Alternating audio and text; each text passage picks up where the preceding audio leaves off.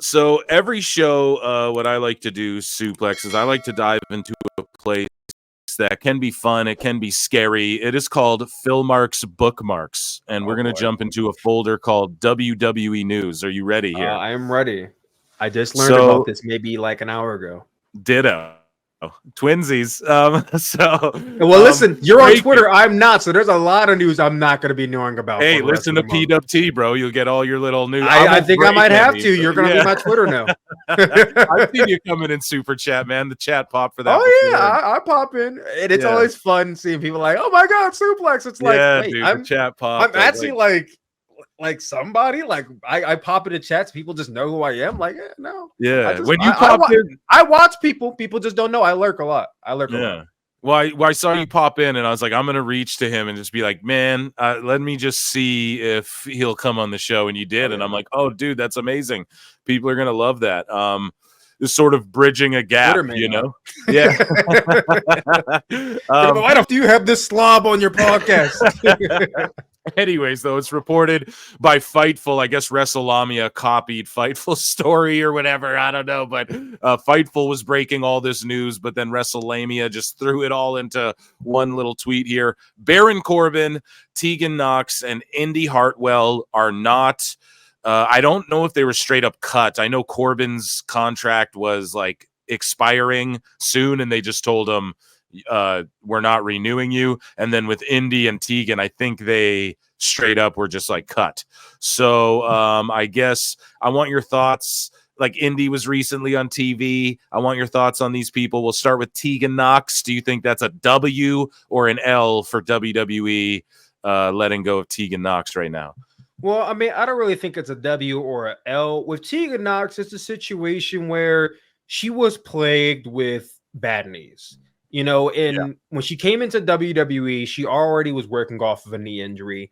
And I believe she got hurt either before WWE or it was during one of the Mae Young Classics. And then when they had the second Mae Young Classic, if I remember correctly, she was actually pegged to win the Mae Young Classic. Yeah. And then she got hurt in her match against Rhea Ripley and basically tore and broke her other knee. And they had to make shift. And I think that was the Mae Young Classic that not Tony Storm. That was the first one. That was the one who won the second one? Here, I got him right here. No, Tony won 2018. Kyrie won. Oh, okay, I got it mixed up. Kyrie won 2017. Tony won. And then Io was the runner-up in 2018. That's why you thought that. So yeah. Basically, Tegan was originally supposed to win 2018, and then she got hurt, and then he went with Tony. But Tegan, it was a sad case because she was a good wrestler, but I think once she tore that other knee, WWE almost kind of lost faith in her because they're like, okay, we can't trust your body to hold through. So all we got after that point when she came back in 2019 was a feud with Dakota Kai, which was warranted because they were besties, and then Dakota turned on her and whatnot. And you saw they had a little bit of hope. They tried pushing her, but every single time they got cold feet because it's like, I don't think we can trust your body. And when she got called up to main roster, I was shocked that she got called up because it seemed like the same thing where I don't know if they're actually going to do anything with you. And it seemed like as soon as they were going to start, she got hurt again. And it's like, bruh, I think it's over for you. I think it's over for you. She came back, and you saw they did nothing with her after that point. Yeah. I'm actually shocked, and this is not an indictment on Tegan Nox. I'm shocked she lasted this long. I'm shocked she wasn't cut sooner because it was very obvious to me they were never going to do anything with her. Yeah, so I mean, they just stuck her with honestly better for her career because she would probably be doing the exact same thing she's doing right now if she stayed, and that's nothing. So this is better for her. They just kind of stuck her with Natty, and I think that she will. She could go to TNA and do some good stuff. She could go all over, really. And I mean, the indies and stuff are thriving right now. So, just go make a name elsewhere. And it doesn't mean the door's closed forever. I'm not sure Tegan Nox's age or anything like that, but I feel like WWE probably would have slotted her in a producer role, which we've seen a lot with guys who got serious injuries. You know, Bobby Roode, Jason Jordan, someone else who I'm missing the name of, guys who have major injuries and they're basically done in the business. WWE gives them producer roles and they excel in that position. So I'm almost certain if Tegan Nox wanted to be or express interest in being a producer for WWE, they would have said, hell yeah. And she would have stayed. But if she wants to still wrestle, they probably let her go because it's like, well, we're not going to do anything with you.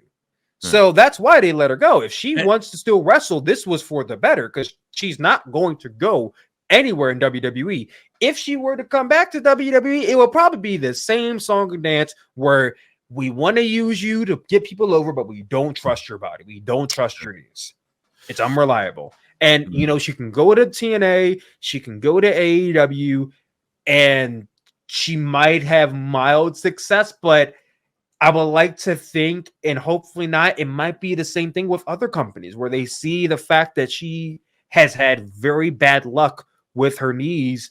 And, do we trust putting a world title on you that you can carry this company and not get hurt again? It's a liability thing for her. It's nothing about her in-ring talent. Exactly, it's nothing about her on the mic. It's just her being a liability at this point. And it's upsetting and it's sad and it's not her fault.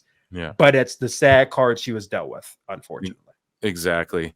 So Indi Hartwell, who's been featured on television quite recently with Candice, who got a win over, I want to say she got beat by Naomi, but she got a win over, I want to say like Nia Jax or something. I'm so sorry. I probably botched that. The last 2 weeks, though, Indi's been in Candice's corner. Candice has been messing around with Nia Jax, who's the WWE champion, and Tiffany, who's got the Money in the Bank. So sort of high profile stuff. Indi also was sort of shoehorned onto that Australia card not too terribly long ago.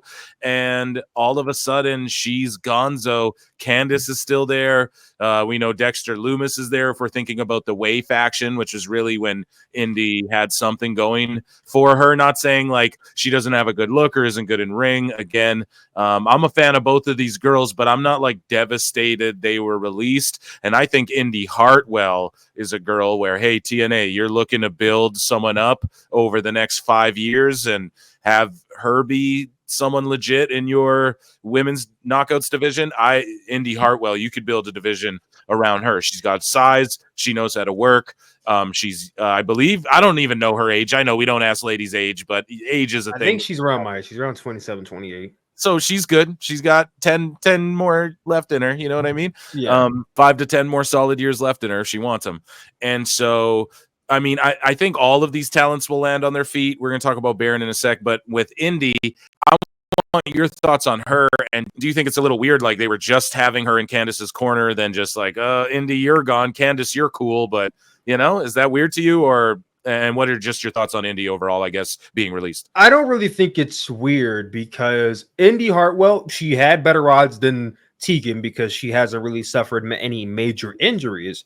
Right. For Indi Hartwell, she fell into a different sad case where WWE, they like going overseas and getting some top names because they know they can build with these guys and sell those names when they go back to those countries. That's the real thing about it.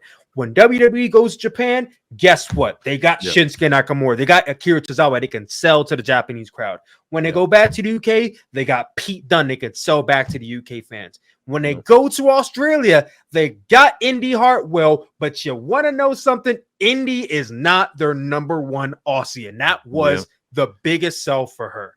They have a number one Aussie, and she's a woman. And her name is Rhea Ripley. So even though Indi was a good wrestler, even though Indi was pretty fair on the mic, and even though if you give Indi the opportunity, she probably could excel, she was never going to be number one. They found their number one, and their number one became one of their best merch sellers, became one of the best in the best storylines they ever had. They basically, Rhea Ripley became and transcended the mode of being, we are going to sell you to this audience because we can sell Rhea Ripley to any audience and she will sell out. And Rhea Ripley is a draw. And unfortunately, Indi's not that girl. And Indi, unfortunately also for her, has been paired off with Candice LeRae for the last 4 to 5 years. Yeah. She's been with Candice since the Way in NXT. And that was kind of like a underling, you're under my wing type beat for her. And she got stuck with her ever since then and has not had the chance to truly break away. And like I said, a lot of it is because they already have somebody they can invest in Rhea Ripley, and Indi's just not that girl. And Suplex, let me bring this up too. They just brought in Zarya, FKA another Delta, Aussie, another who, Aussie, again, is just like more marketable and in yes, some ways better than Indi. So what do we need Indi for? Oh, that's brutal. But as soon as I saw Indi, I went Zarya took her shit. Upsetting to say, but that is the way of the entertainment business. Yeah. When they have something that works and you don't fit in, there's a door. Oh, there's man. a door, or you can sit on the couch and wait until we give you a call, whenever that may be. God so damn, for Indi, this works out best for her to part ways, because there was going to be nothing better for her than what she's doing right now. TNA call Indi. Indi call TNA. Please do it. Please. She would excel in TNA for sure. And AEW doesn't really have a big Aussie except for Kyle Fletcher. But they do have that Aussie show. But they have that stadium show coming up. They do have the stadium show, which could be a good look for them going into February. But they don't have an Aussie female to my knowledge. Oh, no. Tony's Aussie. No. Right. Tony's from New Zealand. Is she from New Zealand? But yeah, she is. But like close enough, though. You know what I mean? She's close enough. But they could market Indi Hartwell as being from Australia, because the only other one they have is Aussie Open, and I believe I think Jay White from New Zealand as well. Jay White from New Zealand. Also, Buddy Matthews is from Australia. Yeah. So like they have Aussies already, but they don't really have a core woman one. So shout out Delta getting that Indi check. No, just joking. Listen, Delta's a beast, man. I can't wait to see what Zarya does on NXT. NXT is booming with their women's division. It's honestly, their women's division is appointment television for me. Bro, I fully agree. And I'm one of these dudes where I've been behind the women's wrestlers, but I'm not like, oh, we need a women's show and all of that. Like, I agree. Like there was a bit of catch up time there, but you just look at NXT now in 2024, bro. The women are the most interesting thing on the show. I don't care what anybody says. Women are draws. They have their looks. I don't know, dude. NXT women's division is cooking right now. And they got Jordan Grace there now. She's the first, I say she's the first WWE ID performer, because they just launched that thing. And I said a long time ago, she was already signed to one of those things. Jordan Grace, WWE. You call her an ID performer? I'm going to say she was like the template. Her and Joe Hendry, before they announced WWE ID, have already been signed to that, where WWE gets first dibs on them whenever they're done their TNA stuff. And she just dropped the title, and her deal's up like right in January, I think. TNA.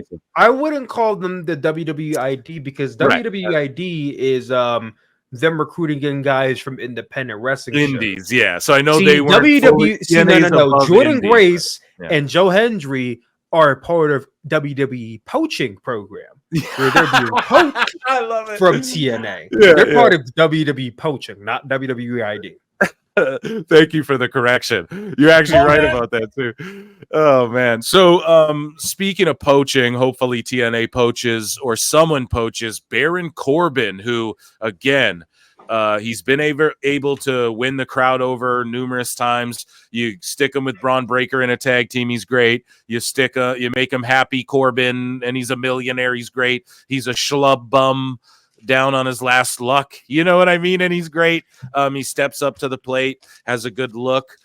He's been a mainstay, feuded with the top guys, to the mid-card guys, to the up-and-coming guys. He's been a team player, but this didn't fully shock me. What do you do with a Baron Corbin? You know, he got released. I'm not upset. It sucks to see him go, but I'm not like, oh shucks, Corbin's gone. You know, they have so much talent right now. It's hard. Even AEW too, they have so much talent. That's why I lean towards hey, everyone go to TNA right now. They're really starting to cook again. Let's see them have a little three-way dance here. But either way, that's my fantasy mark booking. Suplex, your thoughts on Baron Corbin being released? And this is the one that everyone sort of seems the most shocked by. Were you shocked by this? And where do you think he ends up if you had to sort of fantasy mark book it yourself? I was mildly shocked by Baron Corbin's release, not because I thought he was going to be the next main eventer in WWE, but because I thought he was going to be a WWE lifer. But I also called this, and I said it in my Instagram story, he was a mid-card lifer, where he was a lifetime job in WWE in the mid-card division. Baron Corbin he was a tool in a toolbox for WWE, and it sounds so demeaning to say, and I'm not trying to make it seem like, oh, that's all he was to them, but it was similar to the Dolph Ziggler position, where he was there to be a heater for the baby faces they wanted to get over. Baron Corbin was never the top heel. He never was. Even when he was the GM, he was the Constable Corbin. He was a heater for the baby faces they want to push, like Braun Strowman, like a Roman Reigns at the time. Think of all the baby faces that went over Baron Corbin, and you have your answer. Was Baron Corbin ever going to be their top guy? No, because Baron Corbin, as fair and as decent as he is in the ring, and I think he's gotten better over time, he was never strong on a mic. He was never that appeal that they have, and he was never like marketable for WWE. So he was always going to be a Dolph Ziggler position where, hey, we can use him when we need him, but do we truly need him? No, we don't truly need Baron Corbin. And that's why, his contract came up. They said, oh, well, we're just going to let it lapse over because, well, we're paying you to basically just kind of be there. And he's been in NXT for the last year. He was a tag team guy, and I thought he was having a really good shtick with Braun Breaker, but Braun Breaker's off to doing his own thing on the main roster now. So what do you need Baron Corbin for at this point? Baron Corbin, I think, can do well in a TNA. I said that for everybody here, but I didn't say AEW for any of these people because AEW is almost kind of congested with talent. It is. They have so much talent because Tony Khan kind of refuses to let people go. They have so much talent that it is so easy to get lost in the sauce over there. Baron Corbin, if he came in right now, right behind Bobby Lashley, he's lost in the sauce instantly. There's nowhere for him to go. He can be in a mid-card, mid-faction, but what is he going to do? He's not going to be feuding with the top guy. He's not going to be thrusted into AEW World Title pitch. I'd be on the floor, jaw wide open if that happened, but I don't see it. So Baron Corbin, he can go on the Indies and tear it up. He can go on TNA and tear it up. Shit, he can go to New Japan right now and start having some matches that might shock me, for all I know. But it's mildly shocking because I thought he was a lifer, but nothing's guaranteed in WWE unless your name is Roman Reigns, Seth Rollins, or Becky Lynch. That's right. And Corbin said, that's all she wrote, folks. It's been real, and I appreciate everyone who supported me. And yeah, man, shout out Baron Corbin. I don't know. I'll miss him, but these three will all land on their feet. I think we can both agree about that. Like, regardless, even if Tegan's got to start training or working behind the scenes, I think these three are all just supremely talented people who I think Corbin could really just go off and do whatever. He's hanging out with Taylor Swift and stuff like that.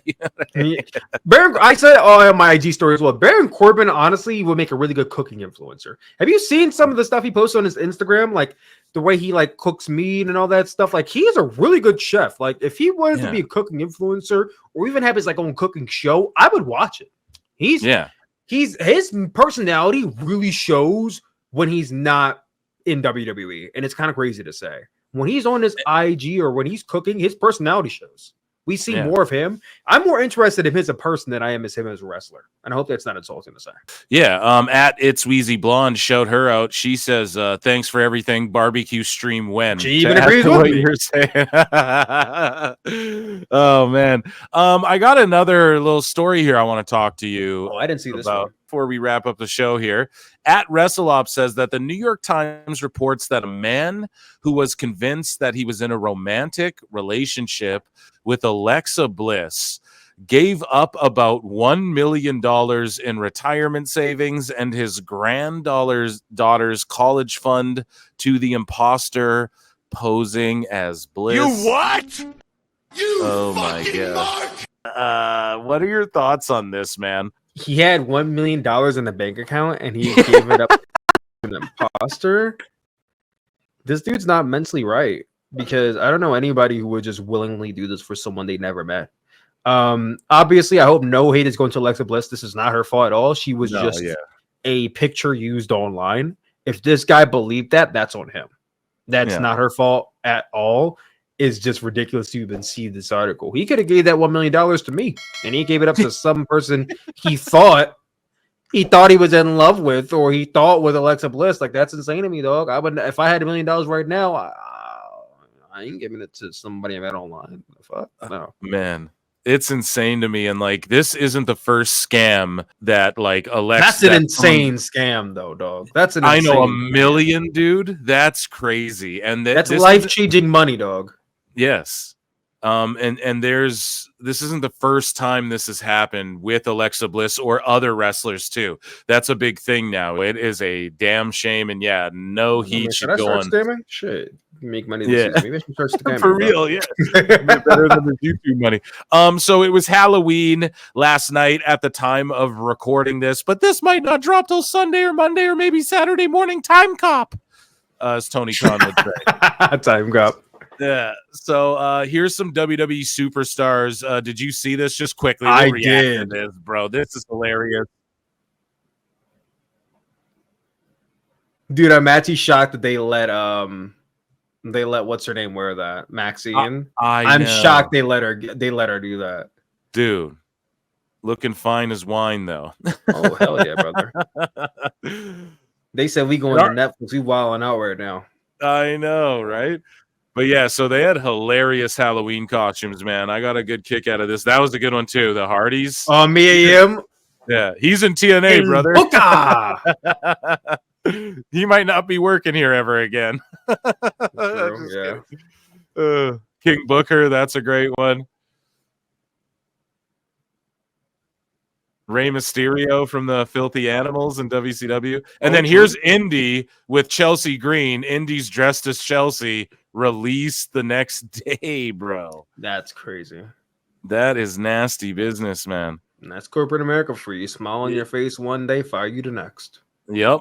That's what I want to see in John Cena's last run. I want to see him and R-Truth win the tag titles together. That would be actually funny. That would be hilarious. And then we got Lin-Manuel Miranda. I mean, Jesus. I saw that. That was funny too. He dressed as Dirty Dom, dude. It's insane. And someone on Twitter was like, "Oh, of course he's with them." I'm like, "What did Lin-Manuel Miranda do? Like, easy on LMM, bro. Like, I don't understand the hate for this guy." Well, I don't know. People are like, "Oh, he's cringe. He did Hamlet for Disney Plus or whatever." It's like, shut the fuck up. People just hate. He's a great music composer. I don't know. People just find reason to hate on people. He's amazing, man. And Cody Rhodes said it recently in an interview. He's like, "Man, the main thing people get shamed for is effort shaming in 2024. Like, people do cool shit and people got to get mad about it, you know?" Exactly. And yeah, it's silly. And speaking of which, man, Suplex, you do the coolest. Like coming on this show, man.